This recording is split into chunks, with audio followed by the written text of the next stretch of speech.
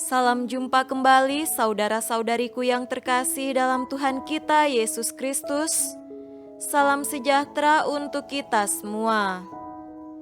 Berkat Allah yang Maha Kuasa senantiasa menyertai kita. Hari Kamis tanggal 4 November tahun 2021 adalah peringatan wajib Santo Carolus Borromeus Uskup.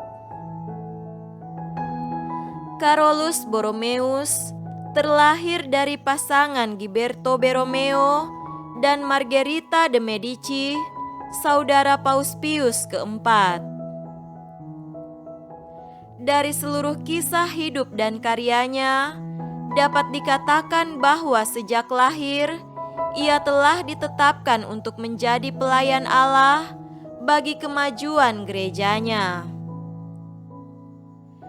Dalam usia yang sangat muda, yaitu 22 tahun, Carolus diangkat menjadi kardinal oleh pamannya Paus Pius keempat tahun 1846 sampai 1878. Berkat ketekunannya, ia pun diangkat sebagai sekretaris negara dan menjadi orang terkuat di Kuria Roma. Ia dikenal sebagai salah seorang penggagas Konsili Trente dan mendesak berbagai pihak untuk menjalankan hasil konsili tersebut.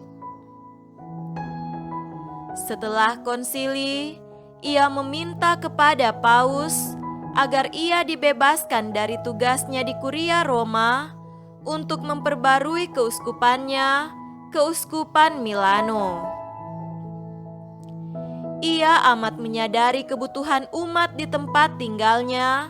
Banyak gereja-gereja sepi dari kunjungan umat, para imam yang kurang terdidik, pendidikan iman anak-anak yang kurang, dan lain sebagainya.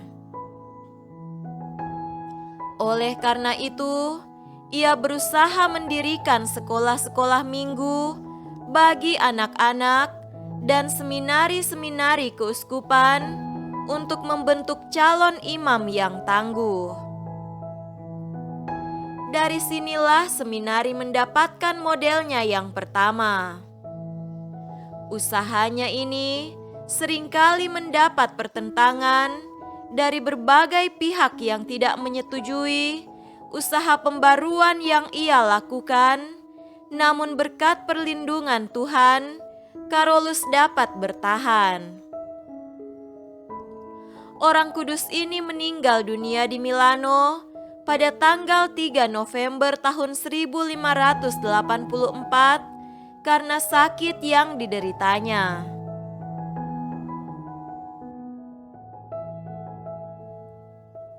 Marilah kita mendengarkan dan merenungkan bacaan-bacaan kitab suci.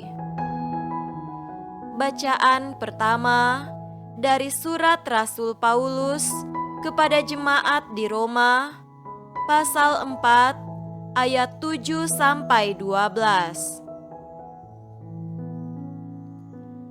Sebab tidak ada seorang pun di antara kita yang hidup untuk dirinya sendiri, dan tidak ada seorang pun yang mati untuk dirinya sendiri.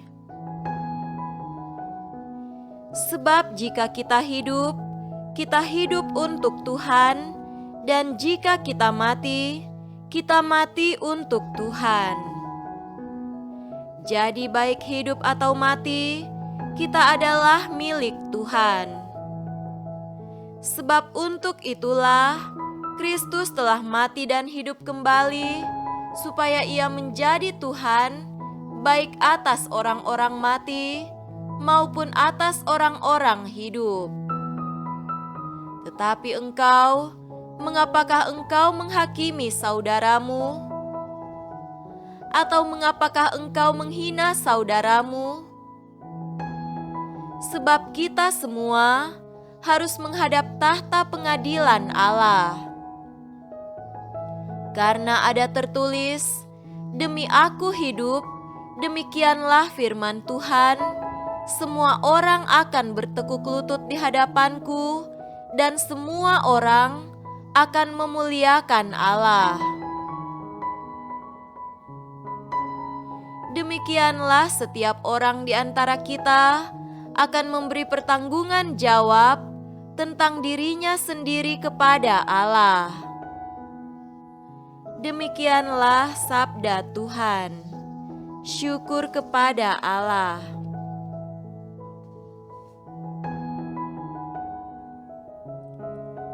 Tuhan beserta kita sekarang dan selama-lamanya.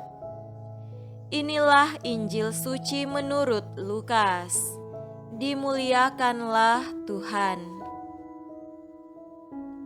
Injil Lukas pasal 15 ayat 1 sampai 10. Para pemungut cukai dan orang-orang berdosa biasanya datang kepada Yesus untuk mendengarkan Dia. Maka bersungut-sungutlah orang-orang Farisi dan ahli-ahli Taurat katanya, "Ia menerima orang-orang berdosa dan makan bersama-sama dengan mereka." Lalu ia mengatakan perumpamaan ini kepada mereka, "Siapakah di antara kamu yang mempunyai 100 ekor domba, dan jikalau ia kehilangan seekor di antaranya, tidak meninggalkan yang 99 ekor di padang gurun, dan pergi mencari yang sesat itu sampai ia menemukannya?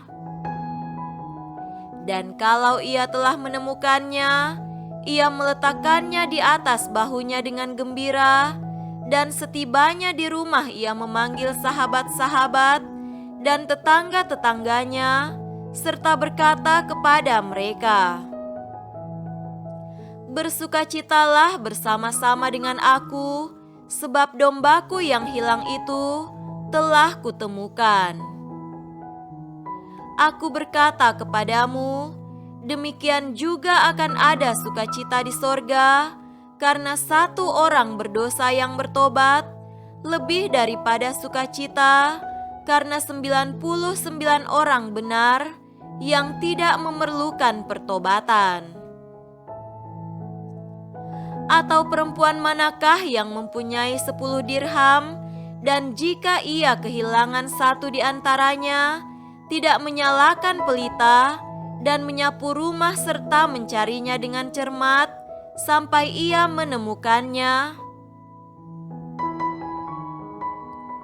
Dan kalau ia telah menemukannya, ia memanggil sahabat-sahabat dan tetangga-tetangganya serta berkata, 'Bersukacitalah bersama-sama dengan aku, sebab dirhamku yang hilang itu telah kutemukan.'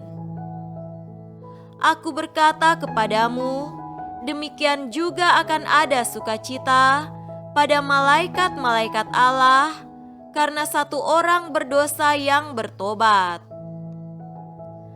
Demikianlah sabda Tuhan. Terpujilah Kristus. Saudara-saudariku yang terkasih dalam Tuhan kita Yesus Kristus, tema renungan kita pada hari ini adalah hidup kita sepenuhnya milik Tuhan. Pandemi COVID-19 telah banyak memakan korban, bukan hanya orang yang tidak kita kenal, tetapi juga orang-orang yang kita kenal dan orang-orang terdekat. Penularan COVID-19 di klaster keluarga tidak bisa dihindari. Akhirnya COVID-19 ini harus kita hadapi dan terima sebagaimana virus flu yang siap untuk menimpa siapapun, termasuk mereka yang dalam kondisi tidak fit atau tidak sehat. COVID-19 ada di sekitar kita dan kita harus menerimanya dan mengakrabinya sebagai bagian dari hidup kita. Sedangkan soal sembuh atau tidak, mati atau hidup, mari kita meminjam kata-kata Rasul Paulus dalam suratnya kepada jemaat di Roma. Saudara-saudara, tiada seorang pun di antara kita yang hidup untuk dirinya sendiri, dan tidak ada seorang pun yang mati untuk dirinya sendiri. Sebab jika kita hidup untuk Tuhan. Jika kita mati bagi Tuhan. Jadi entah kita hidup, entah kita mati, kita tetap milik Tuhan. Saudara-saudariku terkasih, kata-kata Paulus ini benar-benar menjadi penghiburan iman bagi kita. Entah kita hidup, entah kita mati, kita tetap milik Tuhan. Tetapi sekarang muncul pertanyaan, apa benar hidup kita sekarang ini sudah menjadi milik Tuhan? Apakah pembaptisan kita menjadikan kita otomatis milik Tuhan? Bacaan Injil pada hari ini menjadi jawaban yang tepat. Di mata Tuhan, bukan soal berapa panjang usia kita, kapan kita mati, dan bagaimana cara kita mati, tetapi soal sejauh mana kita mengisi hidup kita seturut jalan dan kehendak Tuhan. Inilah yang menentukan kita untuk tetap akan menjadi miliknya dan tinggal bersamanya. Jika hidup kita di luar jalan dan kehendak Tuhan, maka bisa dipastikan kita tidak lagi menjadi milik Tuhan seutuhnya, kecuali kalau kita bertobat. Pertobatan itulah yang dikehendaki Tuhan.